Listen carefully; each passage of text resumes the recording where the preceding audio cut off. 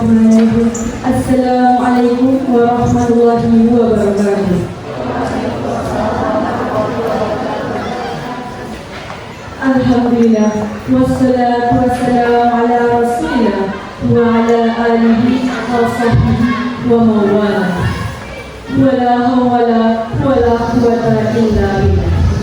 Asyhadu an la ilaha illallah wa asyhadu anna Muhammadan abduhu wa rasuluhu sallallahu alaihi wasallam.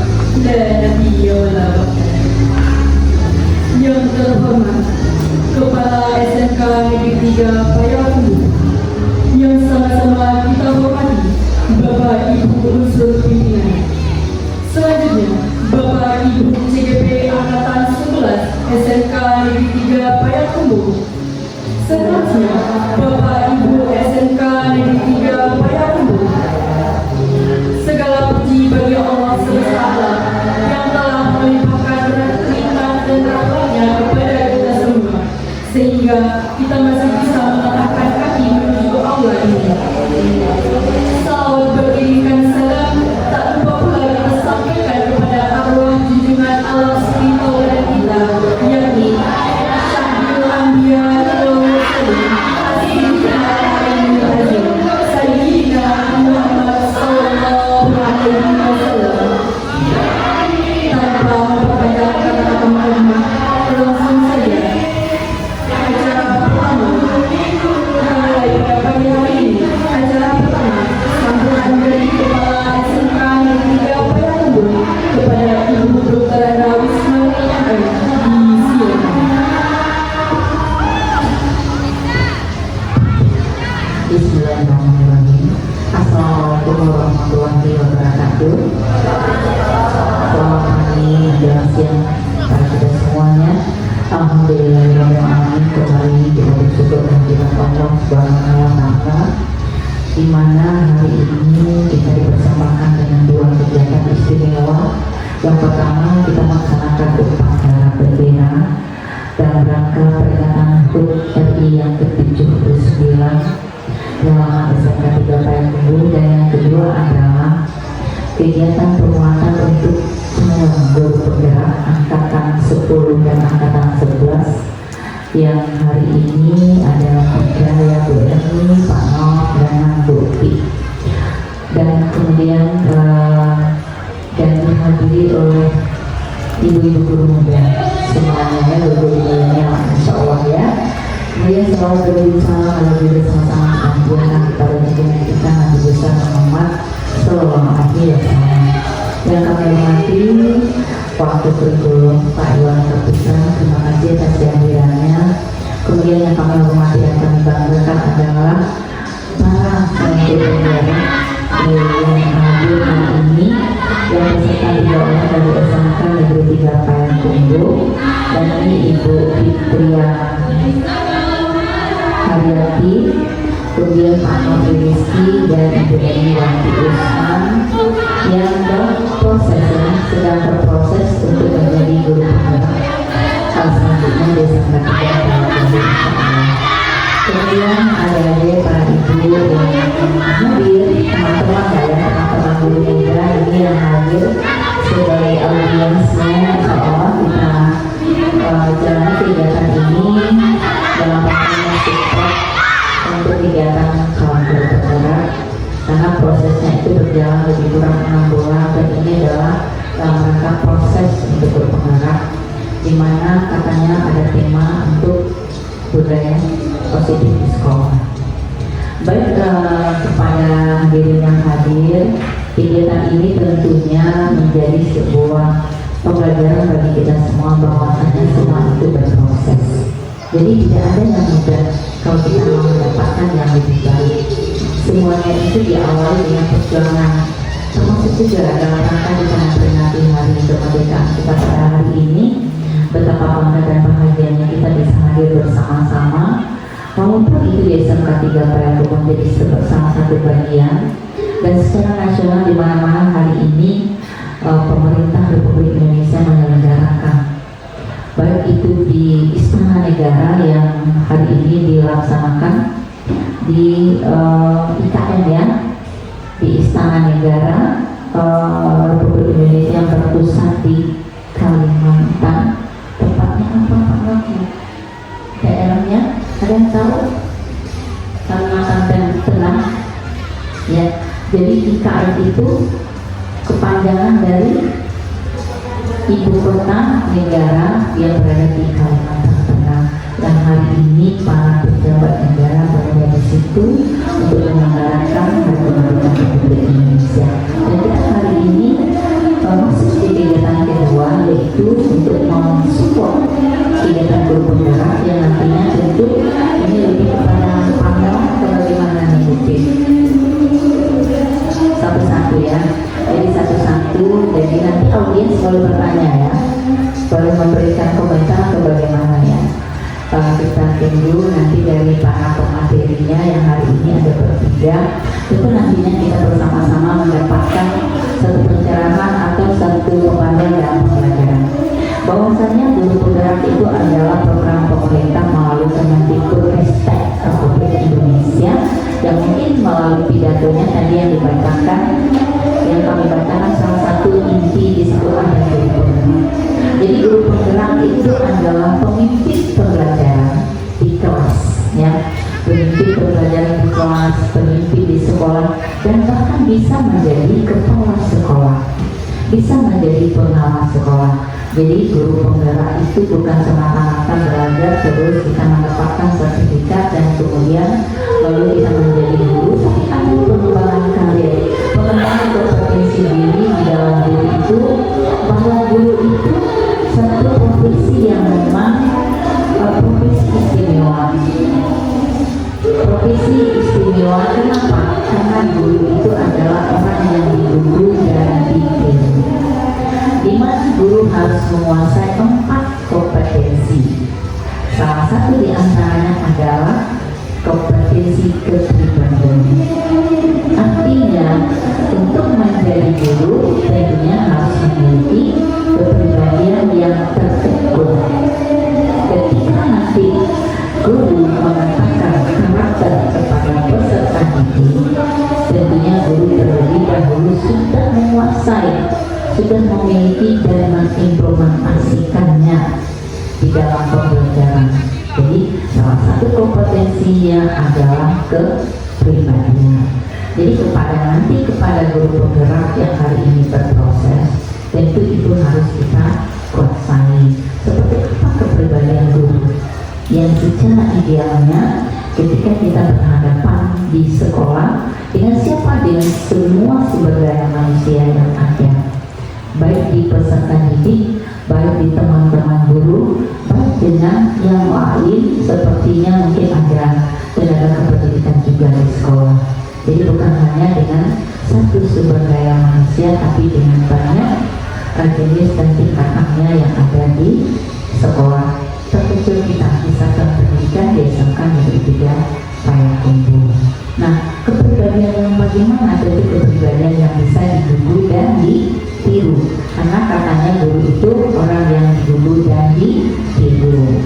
Nah, kemudian lagi tentunya di dalam hal menjadi guru penggerak ada di situ namanya kompetensi profesional. Kompetensi profesional tentu bagaimana guru menjadi orang yang profesional di bidangnya, tentu pengetahuannya dan caranya harus terus berkembang, harus terus belajar. Meningkatkan kompetensi profesional itu juga berproses. Bagaimana kita sepanjang waktu terus belajar, sebagaimana kita mengharapkan kepada peserta didik kita bahwasanya menjadi pelajar Pancasila. Menjadi pelajar Pancasila adalah menjadi pelajar sepanjang hayat, termasuk juga guru. Guru sebagai guru penggerak ketika dia harus berproses itu bisa kita kategorikan adalah belajar sepanjang hayat. Untuk apa? Untuk meningkatkan kompetensi profesionalnya. Kemudian di pada guru, bagaimana dia memiliki kompetensi sosial? Karena guru itu adalah bagian dari makhluk sosial. Dia harus memiliki kompetensi sosial. Nah, bagaimana seorang guru harus juga meningkatkan kompetensi sosial itu? Dan ketika kita berkata berhadapan pada situasi tertentu, tidak banyak orang yang bisa menyikapi.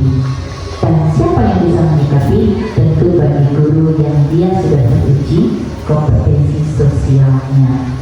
Jadi dihadapkan pada situasi apapun, kita sudah siap dengan situasi itu.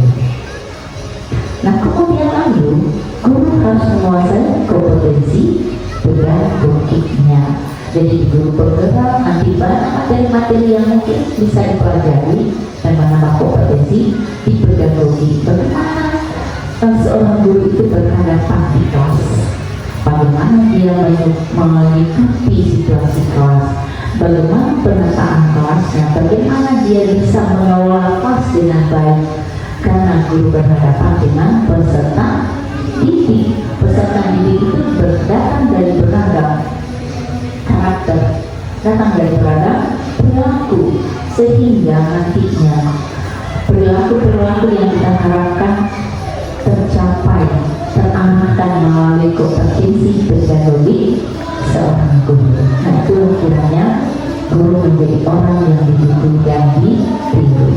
Menjadi guru harus passion kita. Menjadi guru tidak serta-merta itu karena situasi, karena kondisi, tapi menjadi guru itu adalah harus datang dari jiwa. Ketika itu tidak menjadi panggilan jiwa, tentu guru akan sulit bagaimana dia menjadi seorang guru profesional. Kenapa? Karena katanya guru karena situasi. Jadi tidak, ya, guru itu panggilan jiwa. Nah, mungkin melalui kegiatan guru penggerak yang hari ini 3 orang calon guru penggerak akan mempresentasikan materi-materi tentang bagaimana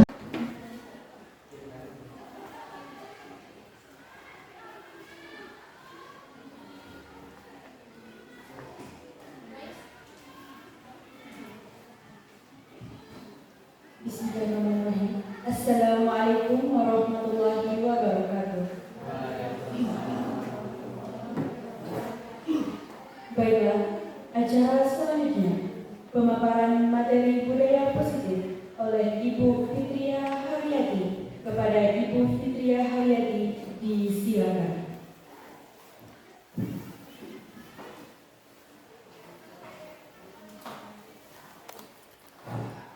Assalamualaikum warahmatullahi wabarakatuh. Masih semangat Bapak Ibu? Masih. Baik.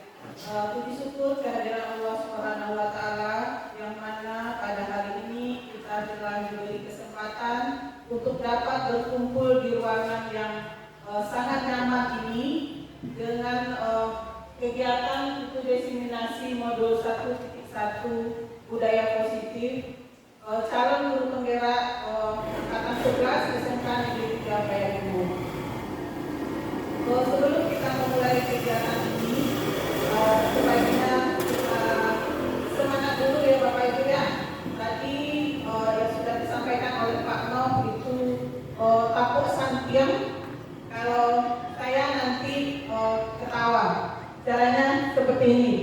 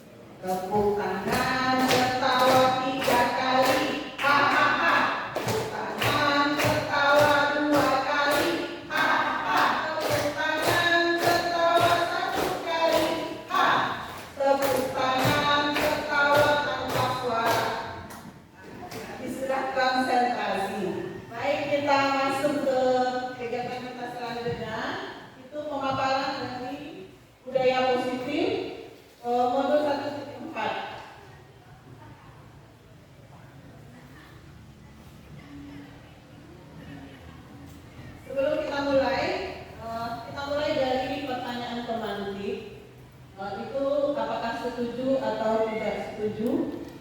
Bapak Ibu boleh tolong dibagikan.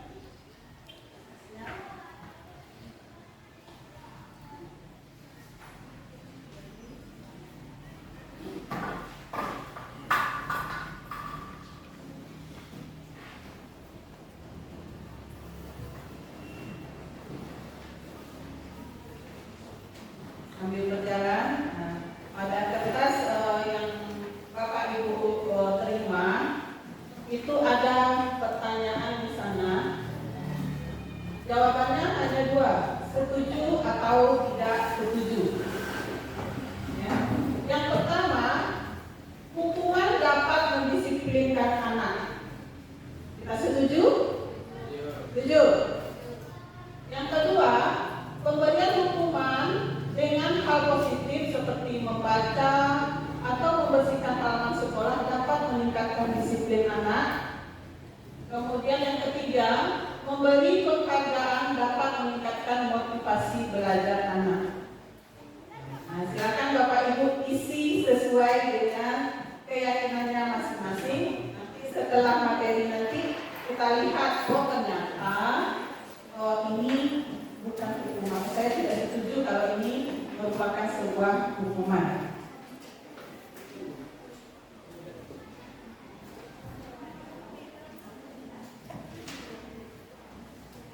Di modul 1.4 kita ada membahas 7 materi. Yang pertama itu paradigma perubahan, yang kedua disiplin positif dan nilai kebajikan universal, yang ketiga kebutuhan dasar manusia, keempat motivasi, hukum, penghargaan dan restitusi, yang kelima keyakinan kelas, kemudian restitusi, 5 posisi kontrol, dan yang terakhir segitiga restitusi. Kita lihat paradigma perubahan. Kegiatan kita cobakan Bapak Ibu tangannya dicepalkan. Bapak Ibu dan teman akan melakukan kegiatan cobalah buka. Bapak Ibu adalah A, tugasnya adalah mengepalkan salah satu tangan. Coba Bapak Ibu bayangkan bahwa Bapak Ibu menyimpan sesuatu yang sangat berharga di dalam kepalan tangan Bapak Ibu. Bapak Ibu perlu menjaga benda tersebut sekuat tenaga karena begitu pentingnya untuk kehidupan Bapak Ibu. Tugas B atau rekan adalah mencoba dengan segala cara untuk membuka kepalan tangan Bapak Ibu. Teman B boleh membujuk, menghardik, mengintimidasi, memarahi, menggoda, menggelitik, bahkan menawari Bapak Ibu uang agar Bapak Ibu bersedia membuka kepalan tangan. Silakan Bapak Ibu. Nah, teman Bapak Ibu berusaha, ayolah bukalah. Nah, Bapak Ibu mau tidak membukanya di situ? Cobalah, bukalah. Nanti kasih nanti terakhir. Nah, kira-kira bagaimana? Karena kita di dalam kepalan tangan kita itu ada benda berharga yang kita pertahankan. Apa yang terjadi? Apakah Anda atau B membuka kepalan tangan Anda? Kira-kira Bapak Ibu gimana? Ini benda berharga. Apakah Bapak Ibu membuka kepalan tangannya? Tidak. Kenapa tidak? Karena mempertahankan barang berharga. Kemudian yang kedua, apakah Anda atau B menutup kepalan tangan Anda? Apakah Anda menutup kepalan tangan Anda? Iya. Kenapa? Karena kita memegang sesuatu yang sangat berharga. Dan yang terakhir, dalam kegiatan ini, sesungguhnya siapa yang memegang kendali atau kontrol untuk membuka atau menutup kepalan tangan? Siapa yang memegang kontrol? Diri sendiri. Nah, hal baik yang diambil di sini, di dalam diri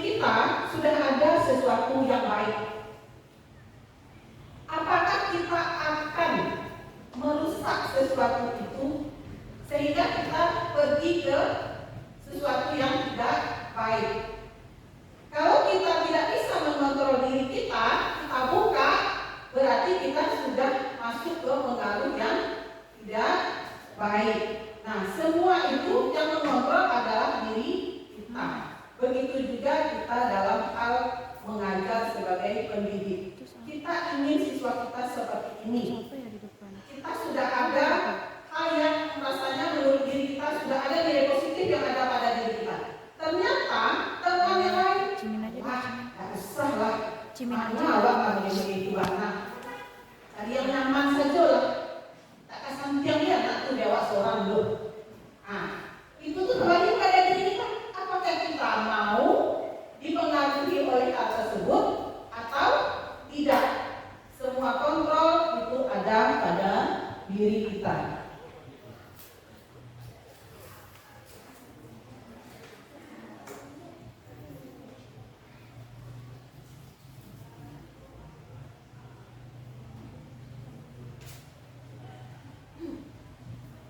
Kita lihat disiplin positif dan nilai-nilai kebajikan universal.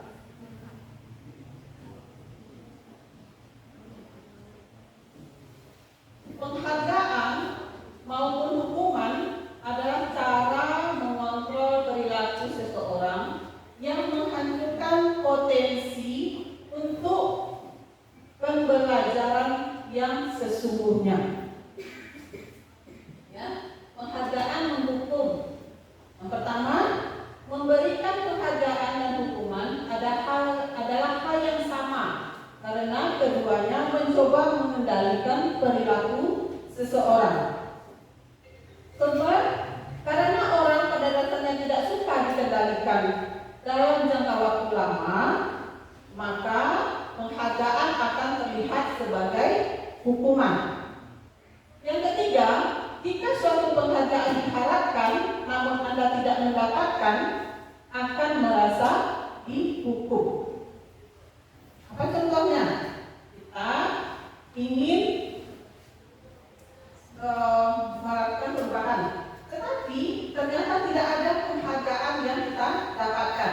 Pada akhirnya kalau kita mengharapkan hal yang demikian, percuma saja juga aku awak belum beriku, kan seperti itu. Biar tak perlulah itu kita lakukan.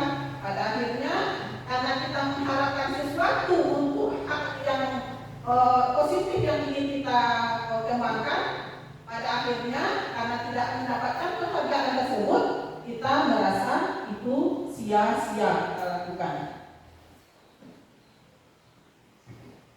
Kemudian apa beda hukuman dan konsekuensi?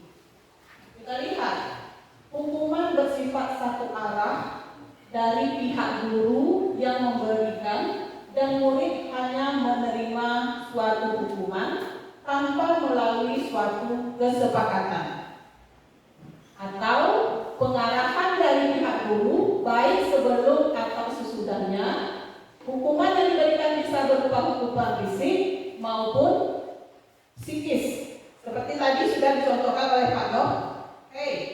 Kamu tidak memakai sepatu hitam. Buka sepatu kamu, silakan kamu nyeker hari ini. Itu hukuman. Karena datangnya hanya dari guru, bukan karena kesepakatan. Ya. Apalagi kamu buka jaket. Kan gitu. Tidak ada yang bawa jaket ke dalam gerbang sekolah. Kalau kamu bawa jaket ke gerbang sekolah, maka jaketnya saya sita. Itu berupa hukuman langsung karena kita kesepakatannya belum ada dengan siswa. Kemudian ada lagi namanya konsekuensi. Sementara disiplin dalam bentuk konsekuensi sudah terencana atau sudah disepakati. Kemudian sudah dibahas dan disetujui oleh murid dan guru. Ananda, kita sudah sepakat bahwa kalau kita ke sekolah memakai sepatu hitam. Sepakat kita ya? Iya Pak, kan seperti itu. Nah, kalau seandainya Ananda tidak mematuhi peraturan, Ananda langgar aturan kita memakai sepatu hitam, kira-kira apa yang bisa kita, apa yang harus Ananda terima? Kan nanti itu sepakat tuh, Bu, nggak usah Bu diri kembali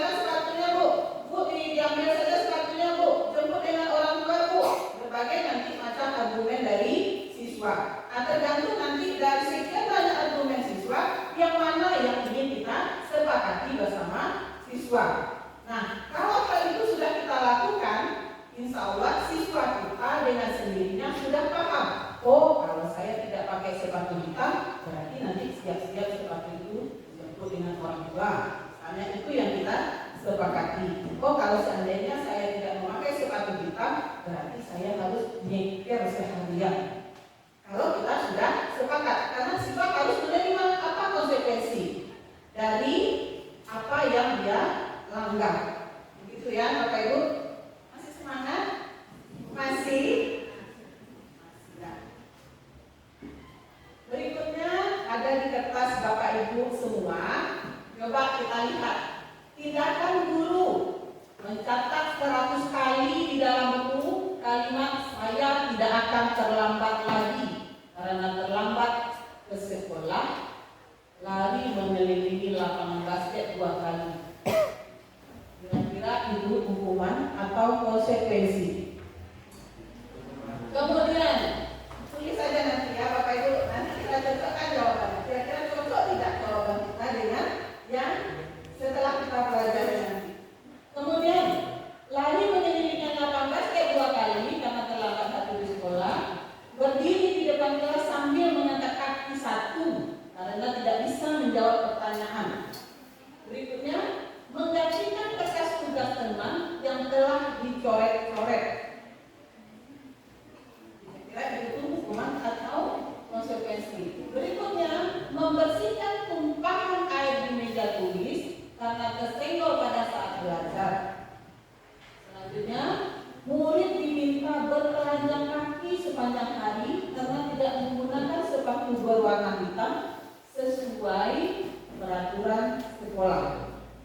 Terakhir, lari mengelilingi lapangan basket 2 kali karena terlambat 10 menit untuk pelajaran PJOK.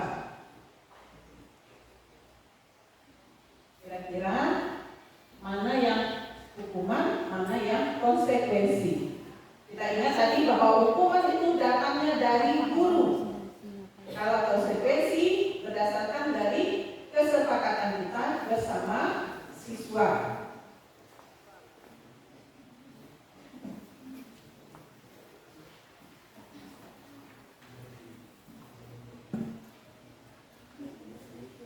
Sudah, Bapak Ibu? Sudah? Kita lihat. Nah, ternyata ketika anak disuruh mencatat 100 kali di dalam buku kalimat saya tidak akan terlambat lagi karena terlambat ke sekolah, lari mengelilingi lapangan basket 2 kali. Ada yang hukuman, ada yang konsekuensi. Kenapa itu terakhir itu merupakan konsekuensi? Lari mengelilingi lapangan basket 2 kali karena terlambat 10 menit untuk pelajaran PJOK. Nah, ya, karena sudah ada perjanjian. Karena PJOK lari itu merupakan salah satu mata pelajaran di PJOK juga kan. Nah, seperti itu kita melihatnya. Kan dia kalau sudah hukuman berarti langsung siswa itu kita just apa yang diterima oleh siswa ketika dia melakukan kesalahan. Sampai di sini paham Bapak Ibu? Paham ya? Kemudian kita lihat di sini identitas gagal atau hukuman, kemudian identitas sukses atau disiplin. Kita lihat identitas gagal, sesuatu yang menyakitkan harus terjadi. Kemudian identitas suksesnya atau konsekuensinya, sesuatu harus terjadi. Kemudian restitusinya, restitusi merupakan pilihan. Berikut, tidak nyaman untuk murid atau anak untuk jangka waktu panjang. Kalau hukuman akan membuat murid tidak nyaman untuk jangka waktu yang panjang. Tapi kalau konsekuensi, tidak nyaman untuk murid untuk jangka waktu yang pendek. Kemudian restitusinya menguatkan untuk murid atau anak dalam jangka waktu panjang. Nanti kita lihat bagaimana bentuk penyelesaiannya. Kemudian korban mendapatkan keadilan. Konsekuensinya korban bisa diabaikan. Kemudian restitusinya korban mendapatkan ganti. Berikutnya, perubahan pasif agresif meningkat. Perilaku pasif agresif meningkat. Konsekuensinya, penguatan hanya bertahan dalam jangka waktu pendek. Kemudian masalah terpecahkan untuk identitas sukses. Kemudian yang berikutnya, sistem tidak akan berjalan bila murid tidak takut. Itu disiplin. Contohnya, kalau siswa tidak patuh, akhirnya butuh berang-berang kalau di dalam kelas beda. Akhirnya identitasnya tidak keyakinan. Contoh, kalau tidak boleh makan di dalam kelas, berarti kalimat positifnya apa? Kira-kira?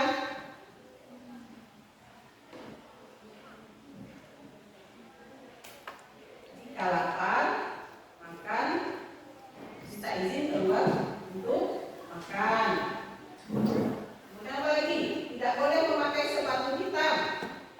Sebaiknya, tidak boleh memakai sepatu putih. Sebaiknya memakai sepatu hitam. Tidak boleh menggunakan handphone pada saat jam pembelajaran berlangsung. Pada saat pembelajaran berlangsung, HP silent.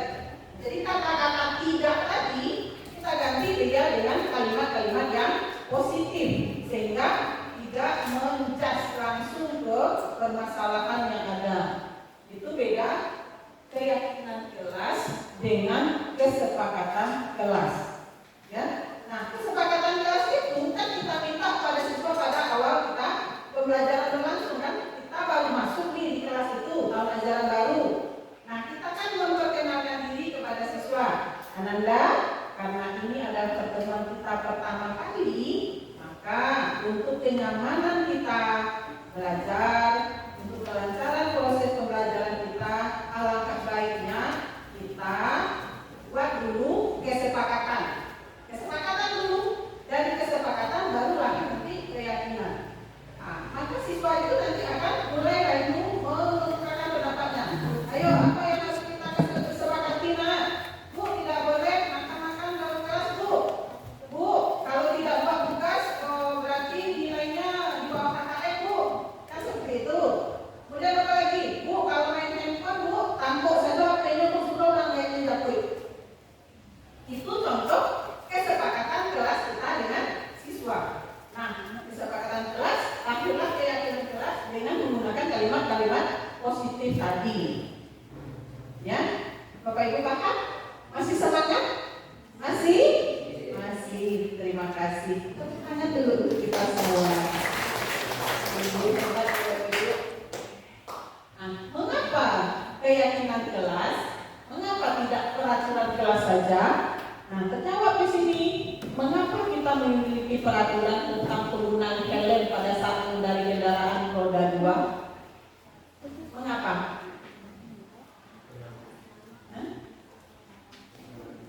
Karena kita yakin kalau kita pakai helm, jika nanti ada kecelakaan, paling tidak kita bisa terlindungi oleh helm.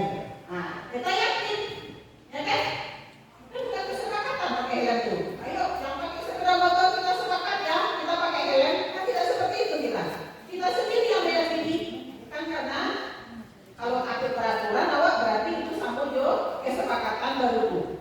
Kalau sudah yakin, kalau awak tak pakai helm, beko malam ibu, awak akan celaka. Itu yang dimaksud dengan keyakinan. Kemudian mengapa kita memiliki peraturan tentang penggunaan masker dan mencuci tangan setiap saat? Nah, waktu COVID dulu kita tanpa diminta kita pasti pakai masker, ya kan? Kenapa? Karena kita yakin kalau kita pakai masker setidaknya kita terhindar dari bahaya COVID. Kenapa kita? Kan kita tidak dipaksa untuk cuci tangan, nah kan? Memakai hand sanitizer. Kita itu hanya kesadaran dari kita sendiri karena kita yakin kalau pakai hand sanitizer setidaknya, kalau tidak setidaknya saya bisa terhindar dari bahaya COVID. Seperti itu bedanya keyakinan dengan peraturan. Saya lihat di sini peraturan kelas. Nah, di sini turunan yang peraturan kelas di awal, kemudian kita turunkan dia menjadi keyakinan kelas. Setelah menjadi keyakinan kelas, menjadi lingkungan yang positif. Tanpa disuruh, kita sudah tahu. Oh, kalau saya kata ini, berarti saya akan menerima konsekuensi. Ya. Kemudian dari lingkungan positif, menghadirkanlah budaya positif. Di dalam kelas itu sudah tahu saja. Oh, kalau makan-makan, sahur, pasirah, otomatis ketika pergantian jam, ketika masuk lokal itu sudah bersih. Karena mereka sudah yakin bahwa kesepakatan yang yakin bahwa peraturan yang sudah disepakati itu akan menunjukkan budaya yang positif, akan menjadi suatu kebiasaan nanti bagi siswa di dalam kelas.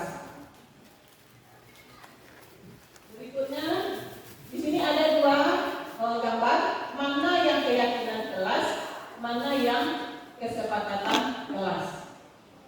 Kira-kira datang tepat waktu mengucapkan salam. Kira-kira apakah itu kesepakatan atau keyakinan? Keyakinan ya.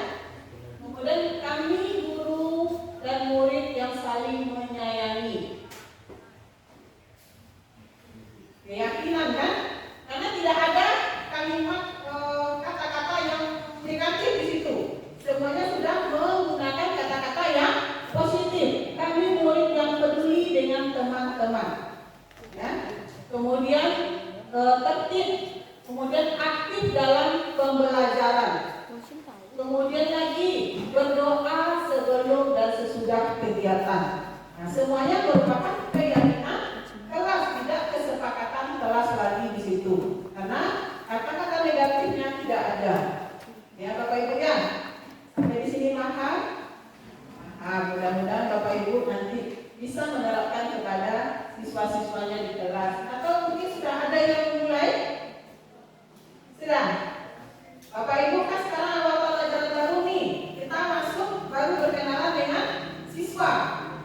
Sudah ada yang menerapkan itu sebelum mulai pembelajaran? Sudah ya? Sudah. Mungkin hanya ternyata kalau ini kata-katanya masuk ke kesepakatan kelas. Kalau begini merupakan keyakinan. Ya Bapak Ibu seperti itu ya. Berikut masih ada di kertasnya lagi itu ada mana yang peraturan dan mana yang keyakinan. Selalu kembalikan buku ke tempatnya. Apakah itu keyakinan atau peraturan? Kemudian hadir di sekolah 15 menit sebelum pembelajaran dimulai. Dilarang mengganggu orang lain. Dilarang menggunakan narkoba. Dilarang melakukan kekerasan. Kemudian gunakan masker. Jangan berlari di kelas atau koridor. Kira-kira yang mana itu yang keyakinan kelas atau peraturan kelas?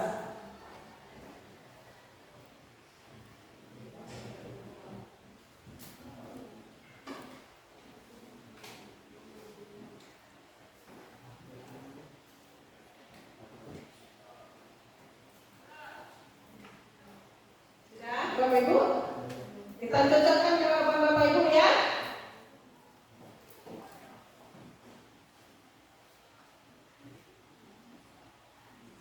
Selalu kembalikan buku ke tempatnya. Keyakinannya kelas adalah siswa bertanggung jawab. Dilarang mengganggu orang lain. Berarti keyakinan kelasnya siswa saling menghormati.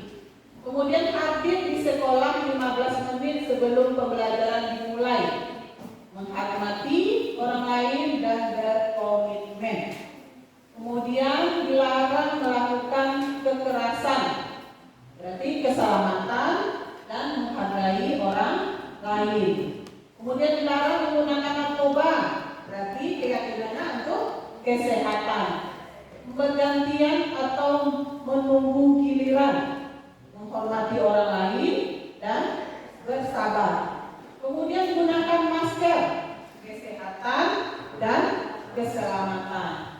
Kemudian jangan berlari di kelas atau koridor.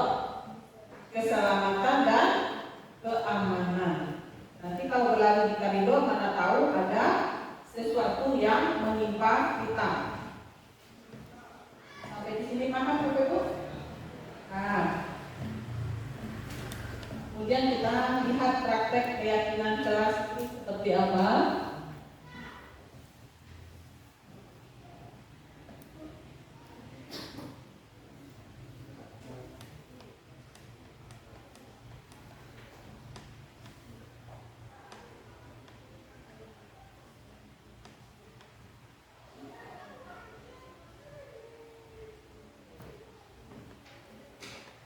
Nah, di sini guru pada awal pembelajaran berlangsung menyampaikan ke siswa, ayo anak-anak kita buat dulu kesepakatan kelas.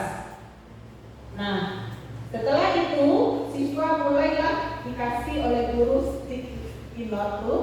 Kemudian siswa membuat apa saja keyakinan kelas yang ingin kesepakatan kelas yang ingin mereka sepakati. Kemudian siswa satu persatu menempelkan keyakinan kelas yang telah mereka buat.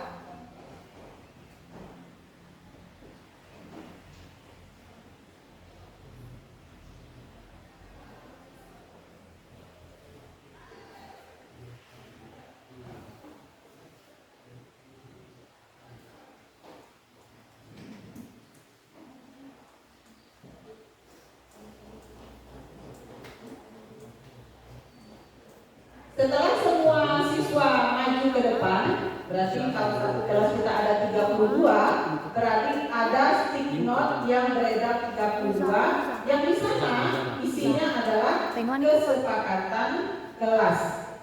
Ya, nanti mana kesepakatan kelas yang sama kita gabungkan. Dari itu nanti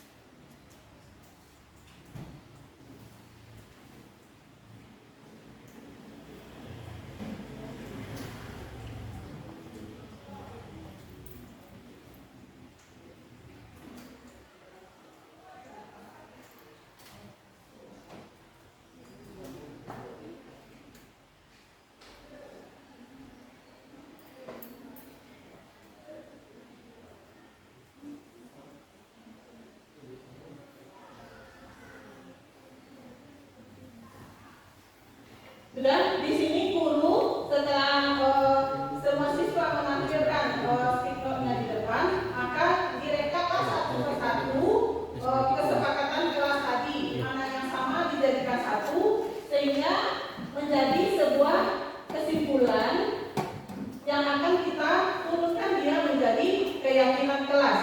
Kalau tadi ada di kesepakatan kelasnya tidak boleh terlambat datang ke sekolah, tidak boleh tidak membuat PR, tidak boleh memakai sepatu hitam, kita turunkan dia menjadi keyakinan kelas. Menggunakan sepatu hitam di sekolah. Kemudian apa lagi? Selalu mengerjakan tugas yang diberikan guru. Kemudian apa lagi? Datang tepat waktu. Jadi dari kalimat negatif yang ada tadi, yang tidak tadi itu menjadi dia satu kalimat positif, dan itu akan menjadi keyakinan siswa nanti di dalam kelasnya masing-masing.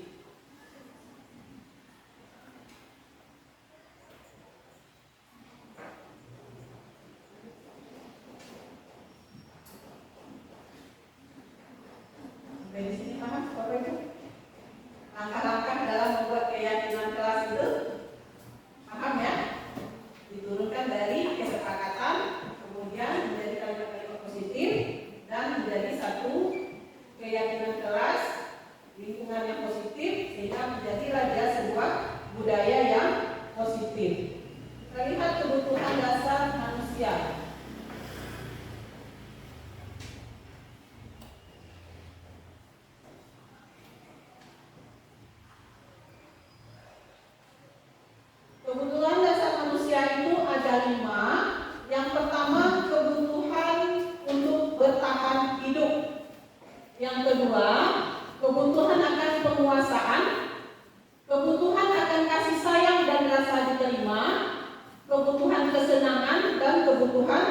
kebebasan. Seperti yang sudah disampaikan Pak Menteri tadi, kebutuhan kita yang menjadi guru berarti kita kan bekerja. Kita bekerja berarti tujuan kita untuk memenuhi kebutuhan untuk bertahan hidup. Kalau kita tidak bekerja, dengan apa makanan akan kita beli? Dengan apa kebutuhan kita akan kita penuhi? Kemudian kebutuhan akan penguasaan. Kebutuhan akan penguasaan ini, bagaimana kita bisa menjadikan diri kita tauladan bagi orang lain, orang meniru kita, mengambil apa-apa yang baik yang ada pada diri kita. Kemudian kebutuhan kasih sayang dan rasa diterima. Nah, dalam lingkungan sekolah terutama, pasti kita ingin keberadaan kita diterima oleh orang lain. Ya, kalau seandainya itu tidak dapat kita dapatkan, pasti ada rasa sedih yang ada di dalam hati. Apa yang salah dengan diri saya? Kenapa setiap saya berada di sini, saya tidak diterima orang? Salah satu kebutuhan manusia adalah kebutuhan kasih sayang dan rasa diterima. Kemudian kebutuhan akan kesenangan. Kebutuhan akan kesenangan itu apa? Kita melakukan apa yang kita sukai. Kalau ada orang melarang, kita merasa diri kita itu tertekan. Awak lucu, awak main game kok. Ketika dilarang oleh guru, maka rasa senangnya itu akan berubah menjadi rasa dongkol karena dilarang. Sedang asik main ke sana, bahagia kita kan? Tiba-tiba datang orang melarang, maka dalam hati kita ada rasa tidak senang. Kemudian kebutuhan kebebasan.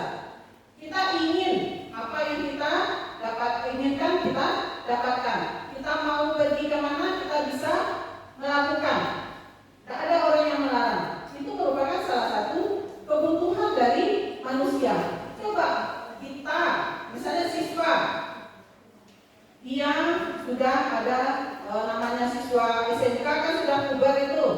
Jadi dia merasa dengan dia sudah punya pasangan dalam arti pacaran cita-cita monyetnya, ketika ada yang melarang, maka dia merasa kebebasannya itu terhambat. Orang sedang bercerita tagahan, dia merasa dirinya terkekang oleh itu. Nah, ada 5 itulah kebutuhan dasar dari manusia yang setiap manusia pasti memiliki itu. Salah satu tidak ada, berarti ada yang salah pada diri orang tersebut. Selanjutnya, dunia berkualitas.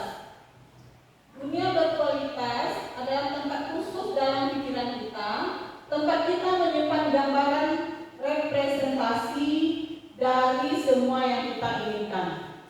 Bisa berisi orang-orang, hal-hal dan apa saja yang terbaik dalam hidup kita dan membuat kita merasa bahagia dan terpenuhi kebutuhan dasar kita.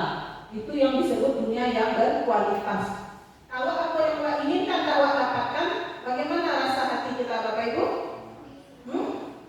Hampa, saya kan istilah orang hampa. Dunia aku hampa semua. Aku yang kita inginkan ada dapat anu. Nah, seperti itulah kebutuhan kita manusia. Apabila sudah terpenuhi 5 kebutuhan itu, maka kita menganggap dunia itu adalah dunia yang berkualitas. Kita lagi posisi kontrol. Melalui serangkaian riset dan berdasarkan data teori kontrol, Dr. William Glasser, dosen, berkesimpulan ada 5 posisi kontrol yang diperankan seorang guru. Apa itu? Yang pertama, sebagai penghukum. Guru sebagai penghukum.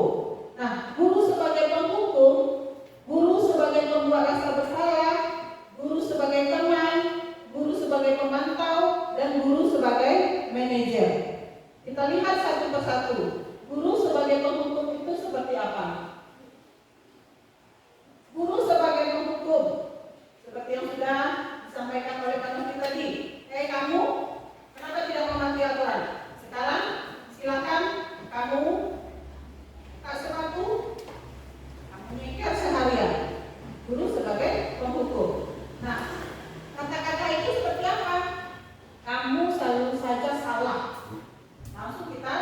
menjudge siswa kita itu ketika dia melakukan kesalahan. Kemudian kata-katanya lagi apa? Selalu, pasti selalu, yang terakhir selesai. Jika siswa kita membuat tugas, dia karena keterlambatan siswa kita tuh ada yang cepat, ada yang lambat, ya kan? Nah kita bilang ini selalu saja, pasti kamu yang selalu yang terlambat. Berarti siswa itu merasa dirinya terhukum. Yang bakuannya guru saja, yang siswa tidak.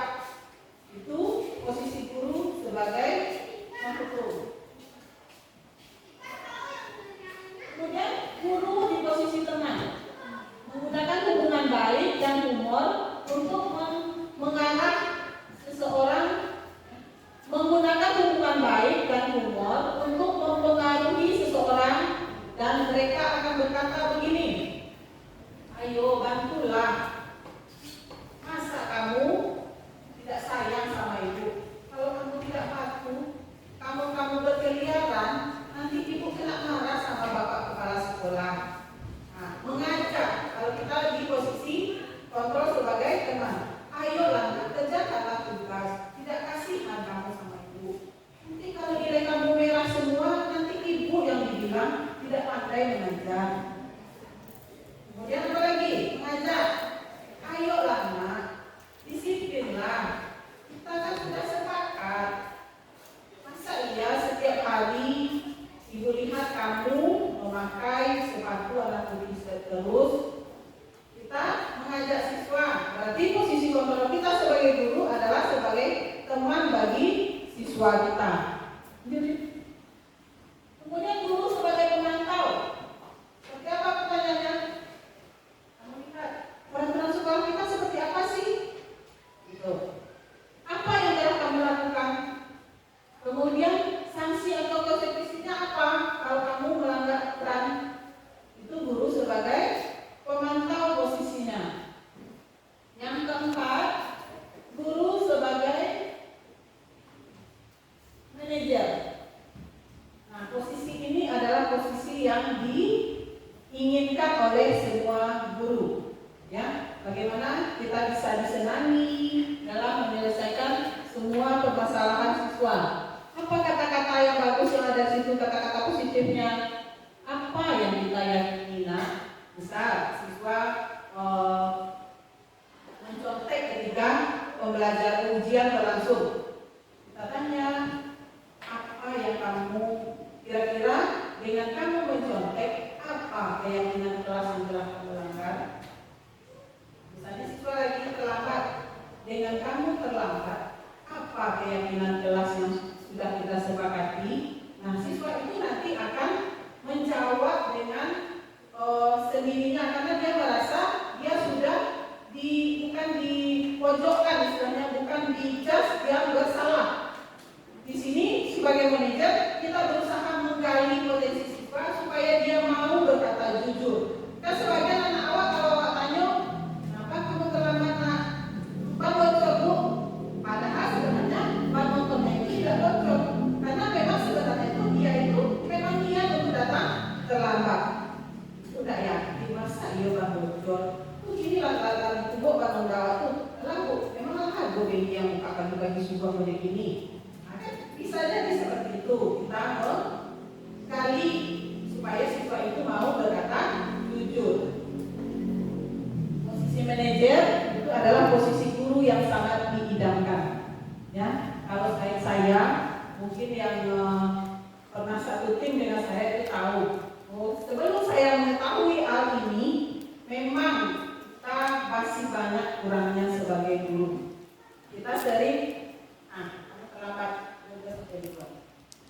Kita tidak pernah menggali kenapa siswa itu terlambat, ya kan? Kita selalu tidak mendengarkan keluhan siswa terlebih dahulu. Kemudian lagi ada pertanyaan-pertanyaan di sini. Saya kecewa dengan kamu. Kemudian siapa yang mengatakan? Membuat orang merasa bersalah. Kalau kita ungkapkan rasa kecewa sama kamu nak, ibu berharap tugas yang ibu berikan kamu kerjakan, tapi ternyata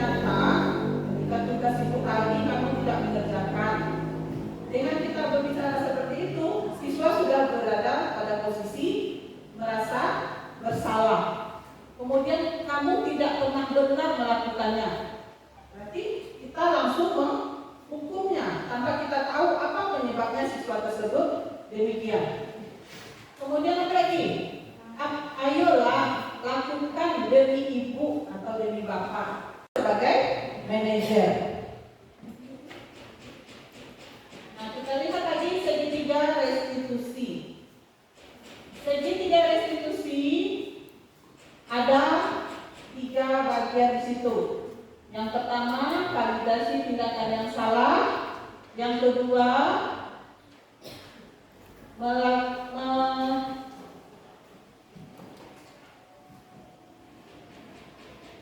yang pertama validasi tindakan yang salah, yang kedua menstabilkan identitas, dan yang ketiga adalah menanyakan keyakinan kelas. Contoh untuk validasi tindakan yang salah, adakah cara yang lebih efektif untuk mendapatkan apa yang kamu lakukan? Kita kan siswa misalnya dia di posisi salah nih, supaya dia tidak merasa dia di posisi salah, kita stabilkan dulu dirinya. Kira-kira apa? Kira-kira kenapa kamu melakukan hal ini? Nanti dia akan menjawab itu. Ya Bu, saya melakukan ini karena ini. Contoh tadi siswa yang mencontek. Kenapa kamu mencontek? Ya Bu, kalau dia tidak mencontek Bu, nanti nilai saya rendah. Saya tidak mau mendapatkan nilai yang jelek. Nah, setelah kita lakukan validasi tindakan, kita menstabilkan identitas. Seandainya kamu apa kira-kira hal yang bisa membantu kamu supaya kamu tidak mencontek lagi. Nah, seperti itu. Apa yang bisa kamu lakukan supaya pada saat ujian berlangsung kamu tidak mencontek lagi? Maka siswa akan menjawab, ya Bu, saya akan belajar dengan rajin, saya akan menghafal, saya akan memperhatikan guru pada saat pembelajaran berlangsung. Nah, seperti itu kita jawaban siswa ketika kita menstabilkan identitas. Dan terakhir, menanyakan keyakinan kelas. Kira-kira dengan kamu mencontek tadi, keyakinan kelas apa yang telah kamu langgar? Nah, siswa nanti akan menjawab, ya Bu, saya tidak bertanggung jawab, saya tidak disiplin Bu. Coba kalau saya disiplin, pasti saya bisa menjawab pertanyaan pada saat ujian berlangsung. Seperti itu kita dalam menyelesaikan masalah siswa. Tapi terkadang, kadang-kadang kan kita lupa dengan kontrol kita ya Bapak Ibu ya. Kita langsung menjadi sebagai penghukum. Kamu mencontek, silakan keluarkan kertas satu lagi, kamu ulang lagi bikin jawabannya. Kan kadang kita seperti itu. Nah, mudah-mudahan setelah kita tahu cara yang ini, terutama Bapak Ibu yang baru masuk pertemuan, mencobakan hal demikian pada siswanya nanti. Kemudian contoh ini kasus siswa kelas 10 perhotelan bernama Rafael yang sering keluar masuk kelas pada saat pembelajaran berlangsung. Kemudian guru memanggil Rafael dan melakukan segitiga restitusi terhadap kasus Rafael.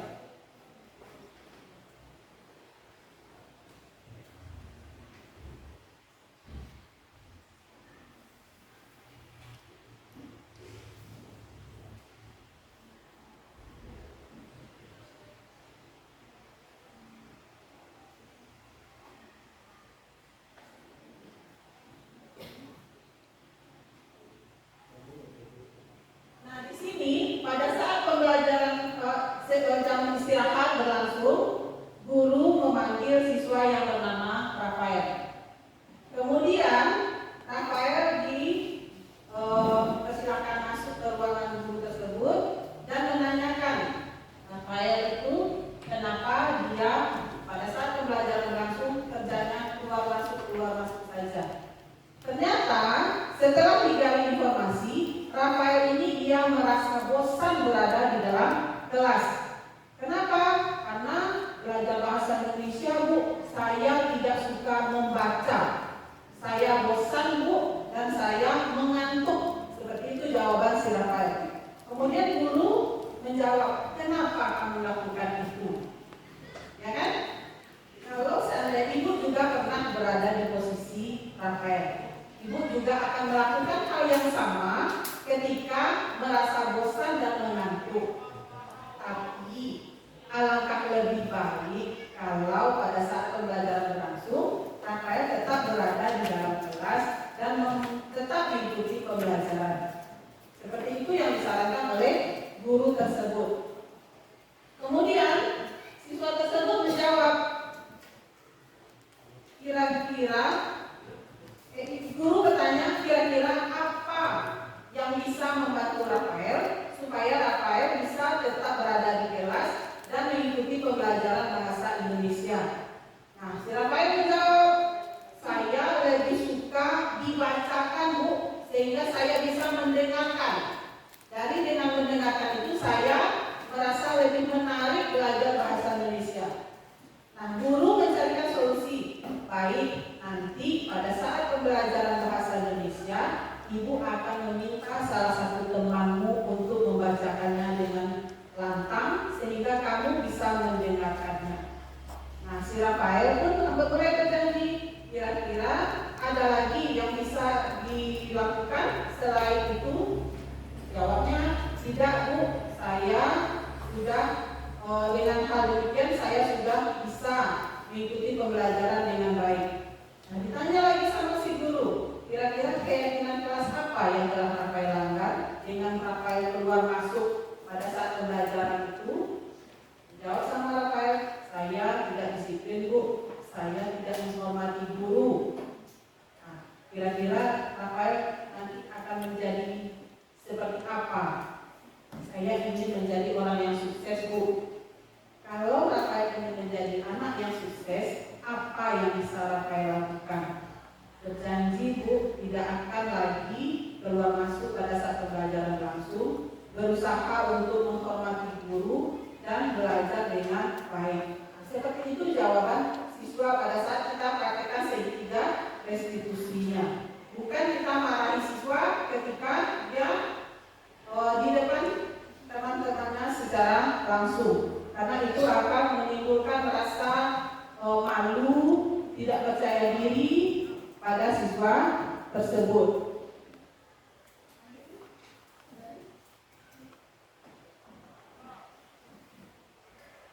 Nah, kasus yang kedua itu terjadi pada siswa yang bernama Siva.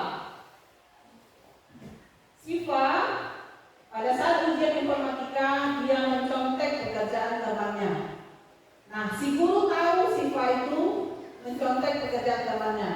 Pada saat jam istirahat berlangsung, Siva diminta oleh guru menemui guru di ruang majelis guru. Nah, datanglah si Siva tersebut, lalu guru menyelesaikan masalah Siva dengan praktek segitiga restitusi tadi. Yang pertama, memvalidasi tindakan, menanyakan kenapa Siva ini bisa sampai mencontek pekerjaan temannya. Setelah dapat jawabannya, kemudian membuat apa tadi Bapak Ibu? Sehingga yang pertama, menstabilkan, memvalidasi tindakan yang salah. Yang kedua,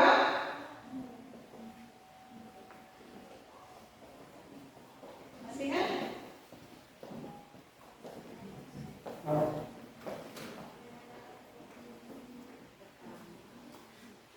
Menstabilkan, memvalidasi tindakan yang salah.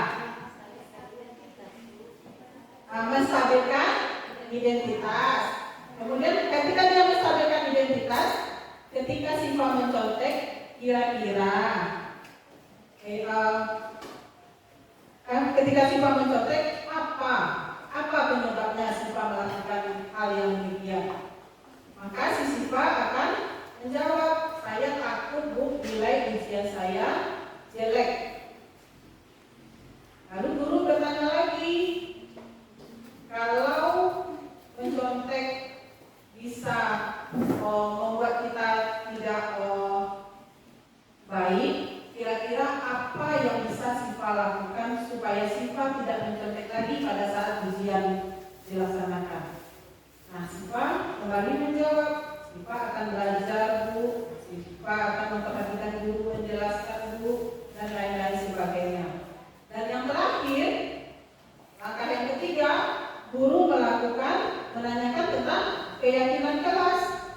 Kira-kira keyakinan kelas apa yang telah Siva anggap? Maka Siva menjawab apa?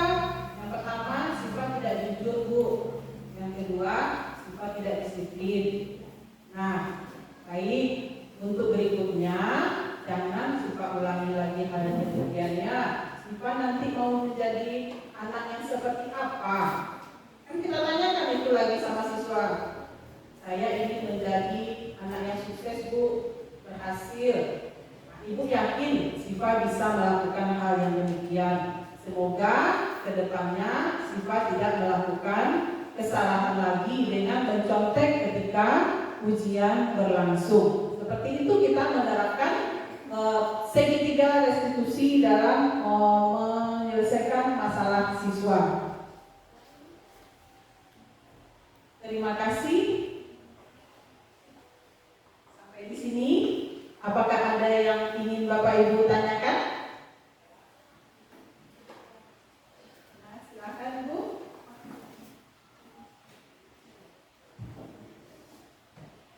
Baik, perkenalkan nama saya Maisa. Saya mahasiswa PL dari STKIP dan dengan jurusan PKN. Jadi di sini saya juga mengajar PKN, gitu ya, Bu.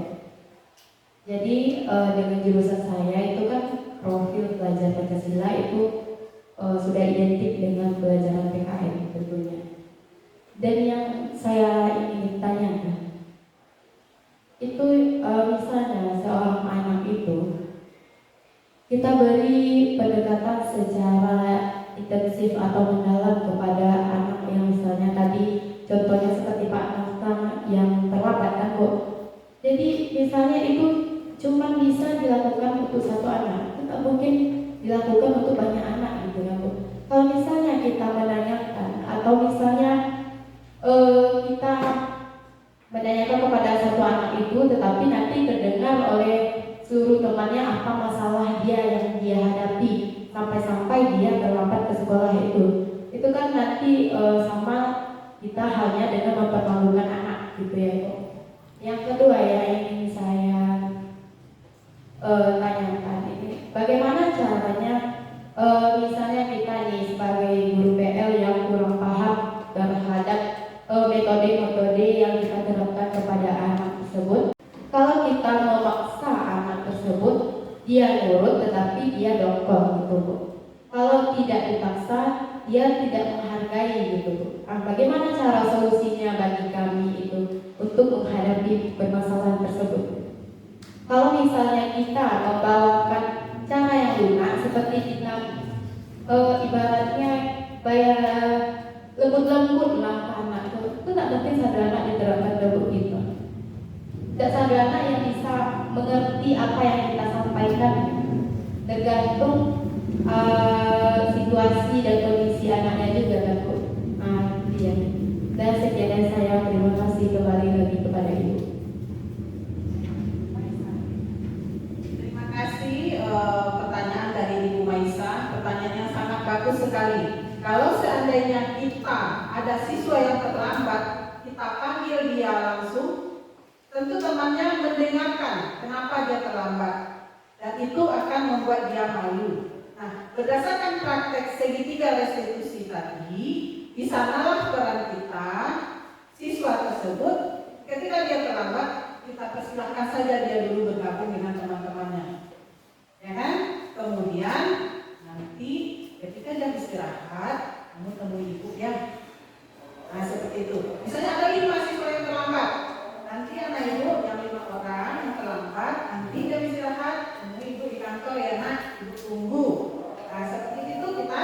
Nah di kantor itu, situlah kita nanti tanyakan apa penyebab dia terlambat, kenapa dia sampai begini.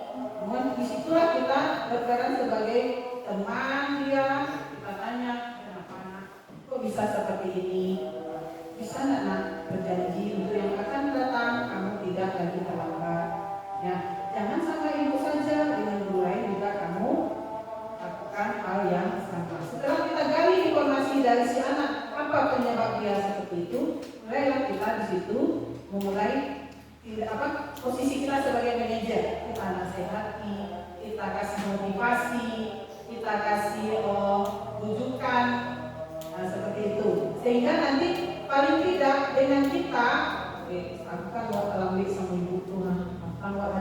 dianya ini anaknya dipanggil. Mudah-mudahan dengan praktek segitiga restitusi itu, dengan tidak mempermalukan siswa, siswa akan kembali ke budaya positif dia ini. Kemudian mengenai siswa yang tidak bisa kita layani satu persatu, tidak bisa kita layani dia satu persatu. Nah, siswa yang seperti ini, kalau tambahan sekali, 2 kali, enggak dulu. Yang ketiga kali, tidak dulu. Mungkin bisa kita terapkan peran kita sebagai teman. Nah, kenapa? Ayolah, berubahlah. Ada kasihan kamu sama ibu. Ibu sudah berusaha begini,